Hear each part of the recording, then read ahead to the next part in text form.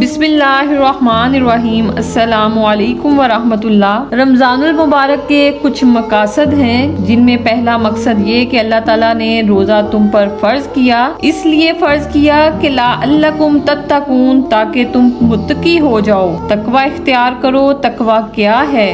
تقوی کا مطلب ہے اپنے آپ پر ضبط حاصل ہو جائے، اپنے نفس پر ضبط حاصل ہو جائے۔ تقوی کا مطلب انسان اللہ عز و جل کی اطاعت کے رستوں پر بے تکلف چل سکے اور اللہ جل شانہ کے احکام اور اوامر کی مخالفت کے راستوں پر چلنے سے اپنے نفس کو روک سکے، یعنی اپنے نفس پر لگام ڈال سکے۔ نفس کی لگام کا مطلب کیا ہوتا ہے؟ یعنی نفس کے ہاتھ میں جسم کا کنٹرول ہے، جیسے آنکھیں، کان، زبان، ہاتھ، سارے اعضاء پر ایسی لگام ڈالے کہ آنکھوں کا غلط استعمال نہ ہو، اس کے کانوں کا غلط استعمال نہ ہو، اس کی زبان سے غلط بات بیان نہ ہو، ہاتھوں سے غلط کام نہ کرے، اس کے پاؤں غلط جگہ پر چل کر نہ جائیں۔ اور اگر انسان رمضان شریف کو صحیح معنوں میں مصول کرے تو ایک مقصد اس کو یہ حاصل ہوتا ہے کہ وہ غلط کاموں سے اپنے نفس کو روکے۔ دوسرا مقصد رمضان المبارک کا یہ ہے کہ آپ صلی اللہ علیہ وآلہ وسلم نے فرمایا کہ اس میں انسان ترقی کرتا ہے، قرب الہی کی منازل طے کرتا ہے۔ ہم سب کا اللہ تعالیٰ سے ایک خصوصی تعلق ہے، آپ صلی اللہ علیہ وآلہ وسلم کے ساتھ بھی ہمارا ایک تعلق ہے کہ جتنے لوگ مسلمان ہیں، کلمہ پڑھتے ہیں محمد الرسول اللہ صلی اللہ علیہ وآلہ وسلم کا، تو آپ صلی اللہ علیہ وآلہ وسلم کے قلب اطہر سے، آپ کے سینہ مبارک سے ایک نور کا دھاگا نکلتا ہے۔ اس نور کے دھاگے کا کیا مطلب ہے؟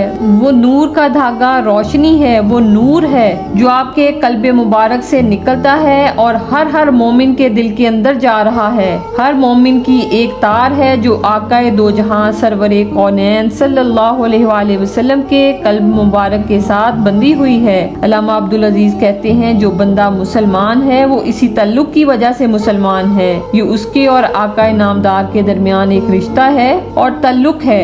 جس دن یہ تار کٹ جائے، یہ تار ٹوٹ جائے تو انسان مرتد ہو جاتا ہے، یعنی اسلام سے پھر جاتا ہے۔ جیسے لوگ قادیانی ہو جاتے ہیں، یہ گمراہی ہے، قسم قسم کی گمراہیاں، فتنے نکل آتے ہیں، لوگ اس کا شکار ہو کر اسلام کے دائرے سے خارج ہو جاتے ہیں۔ ہم سب کا اللہ جل شانہ کے ساتھ تعلق ہے، مگر سب کا لیول ایک نہیں، سب کا لیول ڈیفرنٹ ہے۔ ہم میں سے ہر فرد کا اپنا ایک لیول ہے۔ روئے زمین پر ہر دور میں کچھ انسان ایسے ہوتے ہیں جو اللہ تعالیٰ کے بہت قریب ہوتے ہیں۔ 7 ارب انسان جو زندہ ہیں، ان میں سے اللہ تعالیٰ کا سب سے زیادہ تعلق کس انسان سے ہے؟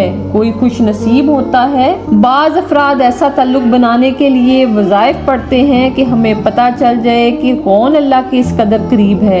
بہرحال قرب الہی، اللہ کے نزدیک ہونا، اس کے درجات ہیں، ہر بندے کا مختلف لیول ہے۔ رمضان المبارک اس کے لیے خاص قسم کی ترقی کا موقع دیتا ہے۔ رمضان ایسے گزارے جیسے اسے گزارنا چاہیے، اس کا نتیجہ یہ ہوگا اللہ جل شانہ کے ساتھ تعلق بڑھتا چلا جائے گا۔ تیسرا مقصد یہ ہے، آقا کریم صلی اللہ علیہ وآلہ وسلم نے بہت جگہ فرمایا یہ مہینہ پاکی کا مہینہ ہے، یعنی کہ گناہوں سے پاک ہونے کا مہینہ ہے۔ رمضان کا مطلب ہے جلا کر خاکستر کر دینا، یعنی جلا کر راکھ کر دینا، یعنی گناہوں کو جلا کر راکھ کر دینا، ان کو خاک بنا دینا۔ ظاہر ہے جب گناہوں کو جلا کر راکھ کر دے گا تو انسان یقیناً پاک ہوگا۔